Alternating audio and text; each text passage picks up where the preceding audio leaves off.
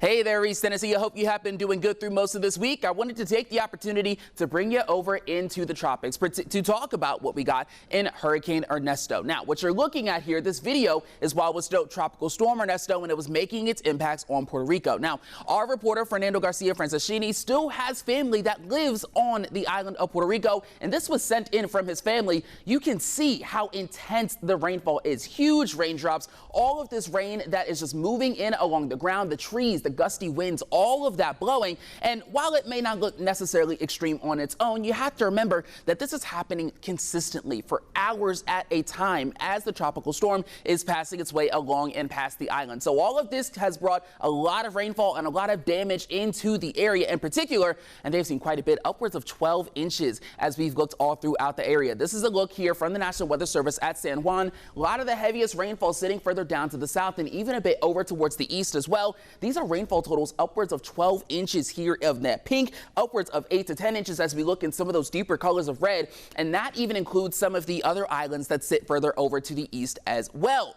Now, we get all of this information from hurricane hunters, and there's actually a new flight that's coming out of North Carolina, moving its way towards this system as it makes its way now past Puerto Rico and continuing up the rest in the Atlantic. You can now see it's starting to make its curve around the eye wall of what is Hurricane Ernesto, and so we're going to get some new, more up-to-date information as the rest of the afternoon continues to go on. But here's a look at Ernesto as we currently see it. You can notice some of the great organization, eyes sitting right around this area, all of these thicker bands sitting closer to the center and wider bands starting to move out, already getting closer to the island of Bermuda. So they may not necessarily be seeing rain just yet, but they most likely are already getting some of those gusty winds. And again, the time right now with this recording is about 1:21, so it may even be a little bit further off depending on when you see this.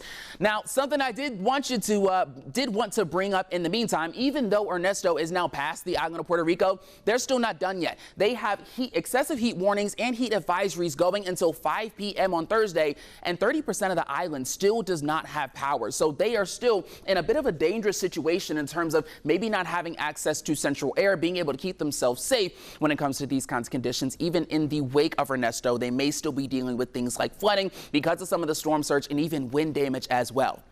But when it comes back to Ernesto, what we're going to see from this point forward is this system actually continue to intensify upwards of a Category 2 storm as it makes its way toward Bermuda. Now, we can't guarantee that it is going to have direct impact on Bermuda, but it is likely going to be somewhere in its vicinity as it makes its way further. They've actually got a hurricane warning in effect as we speak, and we're looking at impacts on Bermuda as we go from your Saturday and then into a bit of your Sunday. Now, while it's not going to be impacting the coastal United States here on the East Coast, we're still going to have to worry about some impacts, particularly of dangerous surf. So, of course, hurricanes, they pull in a lot of that water, and so those effects are going to ripple all the way over to the east coast of the United States. We've got different gale warnings and small aircraft advisories in states like Florida, even as we get closer to the Carolinas as well, and those impacts are going to continue as we watch it travel up further into the north.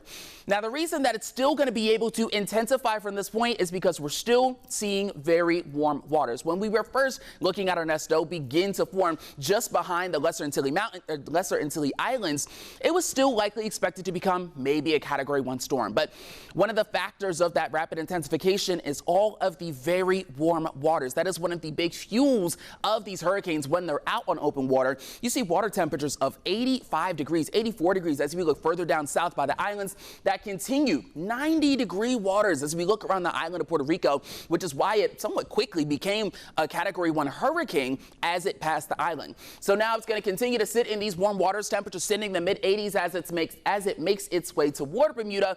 But as it continues to travel past the island, that's when we're finally going to be able to see it weaken, because as you can tell, the colors get a little bit lighter, and thus the storm is able to get a little bit weaker.